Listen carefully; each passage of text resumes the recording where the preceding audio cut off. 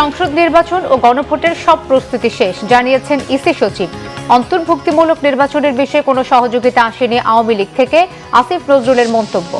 নির্বাচনকে সামনে রেখে একটি দল জাল ভোট দেওয়ার প্রস্তুতি নিচ্ছে, মাহদি আমিনের অভিযোগ।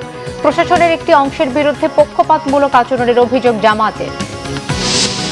নিজেকে ৭০-এর উপরে নাম্বার দিতে চান অর্থ উপদেষ্টা। ৯৫% সফল মনে করেন ধর্ম উপদেষ্টা।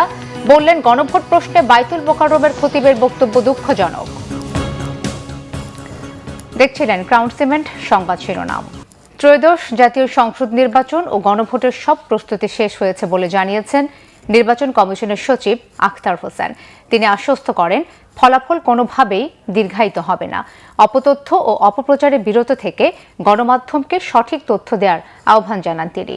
রাজধানীর একটি হোটেলে বিদেশি সাংবাদিকদের জন্য মিডিয়া সেন্টার উদ্বোধনী অনুষ্ঠানে ইসি সচিব বলেন, জাতীয় নির্বাচনের জন্য ২৯৯টি আসনের সব ব্যালট পেপার পাঠানো হয়েছে, প্রস্তুতিও শেষ হয়েছে। দেশের মানুষ এখন নির্বাচনের মহেন্দ্রক্ষণের অপেক্ষায় রয়েছে। উৎসবমুখর পরিবেশে অবাধ, সুষ্ঠু ও নিরপেক্ষ নির্বাচন করতে কমিশন কাজ করছে। এজন্য কমিশনের বিধিবিধানেও সংযোজন বিয়োজন করা হয়েছে। তিনি জানান, রিটার্নিং অফিসারের কাছে পোস্টাল ব্যালটের হিসেব আসতে কিছুটা সময় লাগতে পারে। ব্যালট গুনতে যত সময় লাগবে, এর বাইরে নির্বাচনের ফলাফল প্রকাশে বিলম্ব হবে না বলে জানিয়েছেন নির্বাচন কমিশন সচিব আখতার আহমেদ। অনুষ্ঠানে তথ্য সচিব জানান, এবার ১৯টি দেশ থেকে জাতীয় নির্বাচন কভার করতে বাংলাদেশে এসেছেন সাংবাদিকরা। বিমানবন্দরেও হেল্প ডেস্ক সহ বিভিন্ন সুবিধা রাখা হয়েছে তাদের। ভোট গ্রহণের যে প্রস্তুতি, সেটা সম্পন্ন হয়েছে এবং এই প্রস্তুতিটার এখন আমাদের মহেন্দ্রক্ষণের জন্য অপেক্ষা।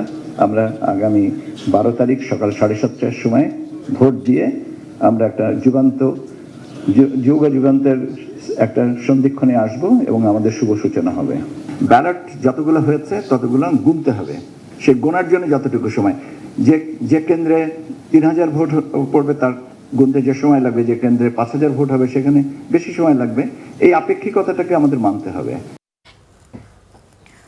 আওয়ামী লীগের পক্ষ থেকে অন্তর্ভুক্তিমূলক নির্বাচনে আসার কোনো সহযোগিতা ছিল না বলে মন্তব্য করেছেন প্রবাসী কল্যাণ ও বৈদেশিক কর্মসংস্থান মন্ত্রণালয়ের উপদেষ্টা আসিফ নজরুল। রবিবার প্রবাসী কল্যাণ ভবনে কমনওয়েলথ প্রতিনিধি দলের নির্বাচন নিয়ে বৈঠকে একথা বলেন তিনি। আসিফ নজরুল জানান, আওয়ামী লীগ কখনো নতুন রাষ্ট্র গড়তে অন্তর্ভুক্তি হতে চায়নি, বরং তারা সবসময় ফ্যাসিবাদী কার্যক্রম চালানোর চেষ্টা করেছে। এদিকে এবারের নির্বাচনে নারী ভোটারদের ভয় পাওয়ার মতো বিশেষ কোনো পরিস্থিতি নেই বলেও দাবি করেন উপদেষ্টা। নির্বাচনে নারী ভোটারদের সংখ্যা বাড়বে বলেও আশা আসিফ নজরুলের।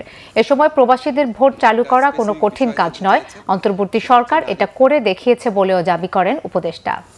আজকে আমাদের এখানে কমনওয়েলথ অবজারভার এই দলের পক্ষ থেকে অন্তর্ভুক্তমূলক নির্বাচনে আসার জন্য কোনো রকম পদক্ষেপ তো দূরের কথা, তারা যেইভাবে যারা গণহত্যার সাথে জড়িত ছিল, গণহত্যার জন্য তাদের যে সিরিয়াস লিডার আছে, সিনিয়র লিডার আছে, তাদের বিচার হচ্ছে। তাদের সবচেয়ে প্রধান যে নেত্রী আছে তার মৃত্যুদণ্ডের আদেশ হয়েছে এবং উনি বিদেশে বসে আমাদের জুলাই গণ অভ্যুত্থানকারী যারা আছে, আমাদের সরকারে যারা আছে, তাদেরকে হত্যার নির্দেশ দিচ্ছে, তাদের জ্বালিয়ে দিবে, তাদের বাড়িঘর জ্বালিয়ে দেওয়ার নির্দেশ দিচ্ছে, তাদের কর্মীদেরকে সমস্তভাবে বাংলাদেশের মানুষের বিরুদ্ধে, প্রত্যাশার বিরুদ্ধে দাঁড়ানোর বিভিন্ন রকম উত্তেজনাকর বক্তব্য প্রদান করছে। এবং আওয়ামী লীগের একজন লিডারকেও এই যে জুলাই গণ অভ্যুত্থানকালে তাদের যে দলের এবং সরকারের ভূমিকা, এটা সম্পর্কে একজনকেও অনুশোচনামূলক বা নিন্দাসূচক বক্তব্য আমরা প্রদান করতে দেখি নাই। আজকে আমাদের এখানে নির্বাচন সামনে রেখে একটি দল জাল ভোট দেওয়ার প্রস্তুতি নিচ্ছে, এমন অভিযোগ করেছেন বিএনপির নির্বাচন পরিচালনা কমিটির মুখপাত্র মাহদি আমিন। সকালে গুলশানে বিএনপির নির্বাচন পরিচালনা অফিসে আয়োজিত সংবাদ সম্মেলনে এই অভিযোগ করেন তিনি। প্রতিদ্বন্দ্বী দল টাকা দিয়ে ভোট কিনছে অভিযোগ করে তিনি বলেন, এটি নির্বাচনী আচরণবিধির স্পষ্ট লঙ্ঘন। একই সাথে কুমিল্লা ও বগুড়ার স্থানীয় সন্ত্রাসীরা দেশীয় অস্ত্র দিয়ে বিএনপির নেতাকর্মীদের উপর হামলা চালিয়েছে বলে অভিযোগ করেন মাহদি আমিন। এসব অপপ্রয়াসের বিরুদ্ধে নির্বাচন কমিশনের কাছে লিখিত অভিযোগ জানানোর কথা বলেন তিনি। জানান, নির্বাচন সুষ্ঠু ও নিরপেক্ষ হলে যে কোনো ফলাফল মেনে নেবে বিএনপি। সারা দেশে বিএনপির পক্ষে যে গণজোয়ার সৃষ্টি হয়েছে, তাতে একটি অবাধ, সুষ্ঠু ও গ্রহণযোগ্য নির্বাচন হলে বিএনপি নিরঙ্কুশ বিজয় অনিবার্য ইনশাআল্লাহ। এই বাস্তবতা উপলব্ধি করে একটি নির্দিষ্ট রাজনৈতিক দল ক্রমাগত অপপ্রচার ছড়াচ্ছে, সহিংস রাজনীতির ইঙ্গিত দিচ্ছে, ধর্মকে রাজনৈতিক স্বার্থে অপব্যবহার করে ভোট চাইছে এবং এমনকি জাল ভোটের প্রস্তুতিও গ্রহণ করছে। জনরায়ের শক্তির মুখে দাঁড়িয়ে এই ধরনের অপকৌশল তাদের রাজনৈতিক দেউলিয়াত্বের প্রমাণ। তাদের নির্বাচন কমিশনের কাছে প্রশাসনের একটি অংশ পক্ষপাতমূলক আচরণ করছে। কোনো পাতানো নির্বাচন হলে তা মেনে নেবে না জামাত, সতর্ক করেছেন দলের সহকারী সেক্রেটারি জেনারেল এহসানুল মাহবুব জুবায়ের। সকালে দলটির কেন্দ্রীয় কার্যালয়ে ইউরোপীয় ইউনিয়নের নির্বাচনী পর্যবেক্ষক দলের সাথে বৈঠক শেষে গণমাধ্যমে একথা বলেন তিনি।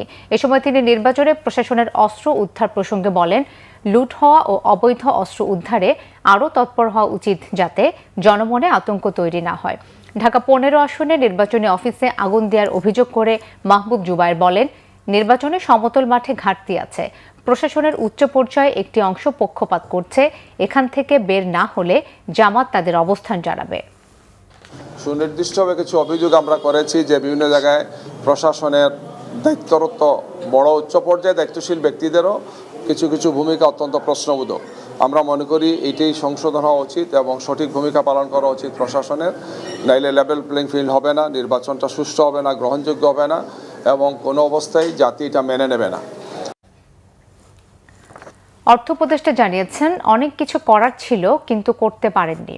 পাচার হওয়া অর্থ ফিরিয়ে আনার বিষয়ে উদ্যোগী হলেও ফিরিয়ে আনতে সময় লাগবে বলেও জানান তিনি। সচিবালয় ব্রিফিং অর্থ উপদেষ্টা বলেন, পরবর্তী সরকার আন্তরিক হলে পাচার হওয়া অর্থ ফিরিয়ে আনা সম্ভব। নিজের সম্পদের হিসাব দিয়ে দিয়েছেন জানিয়ে তিনি বলেন, উপদেষ্টা হিসেবে নিজেকে 70-এর বেশি নাম্বার দিতে চান। এদিকে ভূমি উপদেষ্টা আলী ইমাম মজুমদার জানিয়েছেন, ভূমি মন্ত্রণালয়ের মূল ফোকাস ডিজিটালাইজেশন। ঘরে বসেই ভূমি সংক্রান্ত সেবা দিতে পারা যাবে, তাতে ভোগান্তি কমবে। অনেক সংস্কার করতে পারেননি জানিয়ে তিনি বলেন, সংশ্লিষ্টদের সহায়তা পাননি, সেই দায় অবশ্যই তার, তবে এ নিয়ে তিক্ততা সৃষ্টি করতে চান না।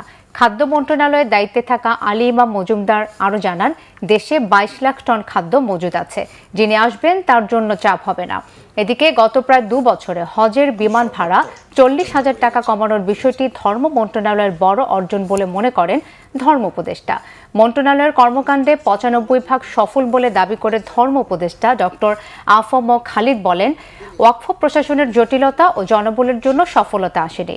রাষ্ট্র কর্তৃক নিয়োগপ্রাপ্তদের কথা বলার ক্ষেত্রে সতর্ক ও দায়িত্বশীল হওয়ার আহ্বান জানিয়ে ধর্ম উপদেষ্টা বলেন, বায়তুল মোকাররমের খতিবের বক্তব্য সরকারের বিপরীতে যাওয়া দুঃখজনক। সরকার বিব্রত হয় এমন কোনো পদক্ষেপ নেবেন না।